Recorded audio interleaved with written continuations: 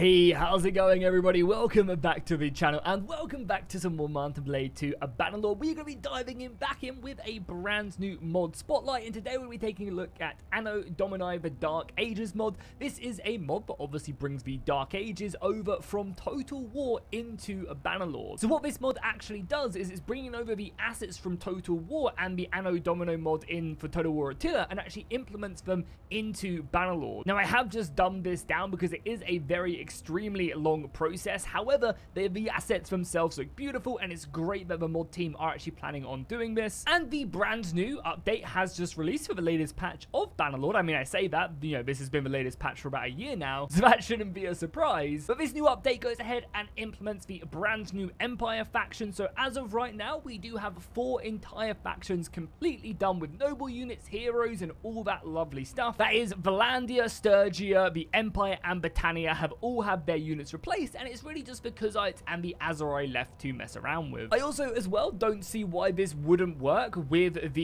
Europe map mod as well. I'm sure, you know, as a lot of the XML changes are just simply transferring over, so I'm sure you could just go over and play that, and only the factions obviously that have been replaced will be replaced, but they will be replaced. So you could have the Empire factions, which take up Spain, France, and Italy as the Byzantines. Valandia is obviously the Saxons. Britannia are, I believe, the Scottish, which is great because Britannia hold up Britannia in that map mod. And then the Sturgians are Vikings, which again are absolutely perfect. But let's dive into the campaign so we can take a look at some of these units, and I'll give you guys a little bit of a refresher as well on the rest of the units, not just the new ones, because it's been a little while since I've covered this mod, and you know, you might want to go ahead and see just the beautiful assets. So here we are on the campaign map. As I did mention, it is on Calradia, but I don't see why it wouldn't work on the Europe map mod if you want to go ahead and have a bit more of a authentic experience, even though it has just been updated, so there might be a few issues here and there, but still definitely worth a try. I'm sure it won't take too long to mess around with. So let's take a look at the brand new units first, as I'm sure that's what you guys are mainly here for, and we'll dive in and take a look at them. So we do have the entire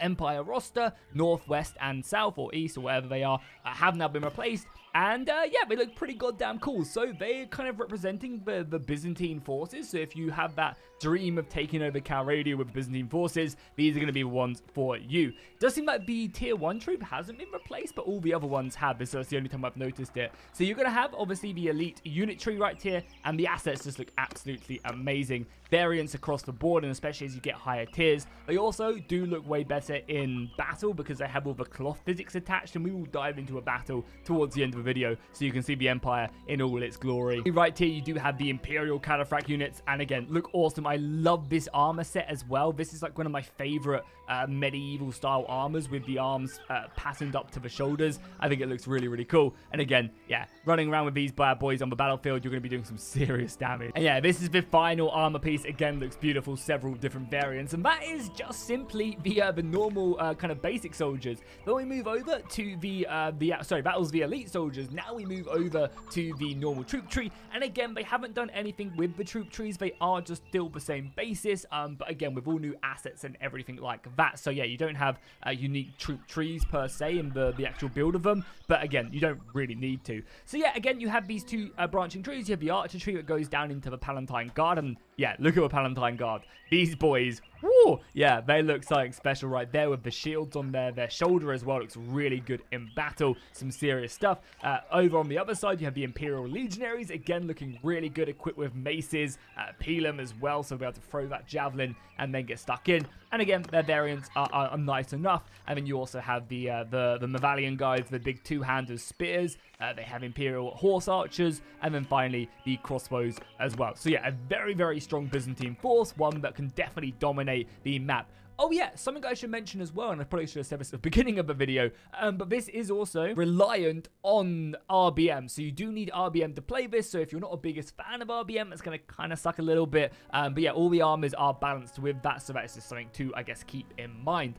So that's the brand new faction, and that's the majority of the new update, was basically just kind of replacing the Empire soldiers and bringing all them assets, which is great. You know, it's such a big part of the map, so having all them custom soldiers is really, really cool. Now if we move over and take a look at some of the other soldiers that you guys maybe haven't seen or have forgotten about. So yeah, as I mentioned, the Valandians are based around the like kind of Saxon forces, and you can see they obviously go down with their bowmen, looking very good as well. It's going to be their main strength. Now that's kind of one thing I like about this mod as well, is it doesn't really take away Valandia's strength, right? Valandia's strength is going to be its cavalry. You know, it's going to be its archers, its missiles, and that's kind of still part of it. You know, the Valandia doesn't lose its identity. It just basically has a beautiful new reskin, which is cool.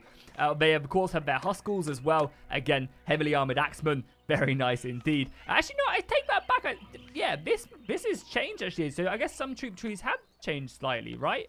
Yeah, I mean, obviously this unit is new. So yeah, I guess they have gone through and changed a little bit. Or maybe not. Maybe they did have a big two-hander. I don't know. I actually can't remember. It's been so long since I've played Vanilla. But again, you know, just a very, very solid chainmail-focused faction. Looking very cool. Again, I like their low-tier soldiers as well. It really does give you a cool vibe in all the different armors. And they're going to be relying on their banner knights for most. Obviously, these are the most upgraded ones. Again, heavily armored Saxon knights looking absolutely beautiful. And if we move over to the Britannians really quickly, again, you can see, I believe these are Scottish soldiers, right? Yeah, because they have Batatum and stuff like that. So yeah, Britannia is going to be the Scottish. And I feel like that is so perfect, because Britannia are always under just constant attack in their mountains and crying out for freedom, and they look really good. Like, yeah, again, I'm really impressed with the high detail of this mod. You can see the armor of them with their elite bowmen, lots of javelins, lots of good cavalry.